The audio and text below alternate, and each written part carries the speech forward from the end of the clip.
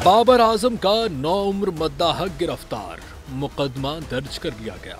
Gaddafi stadium में दीवार फलांकर dressing room तक पहुंचने वाले बाबर आजम के नौउम्र मद्दाह को गिरफ्तार करके मुकदमा दर्ज कर लिया गया है। कज़ाफी स्टेडियम लाहौर में मैच के चौथे रोज पाकिस्तान के साबिक कप्तान और स्टार बैटर बाबर आजम से ऑटोग्राफ लेने के लिए उनका नौउम्र मद्दाह दीवार फलांकर ड्रेसिंग रूम तक जा पहुंचा। पुलिस ने सिक्योरिटी लैब्स का मलबा 15 साल मद्दाह पर डाल दिया। बाबर आजम की मोहब्बत और उसकी एक झलक देखने के लिए दीवार फलांकर ड्रेसिंग रूम तक पहुंचने वाले की पहचान 15 साल हमजा साजिद के नाम से हुई, जिसको पुलिस ने उसी वक्त हिरासत में ले लिया था और अब गुलबर्ग पुलिस ने उसके खिलाफ मुकदमा भी दर्ज कर लिया है। मुकदमे में ममनू मकाम और कार सरकार में मुदाखलत की दफात शामिल की गई हैं।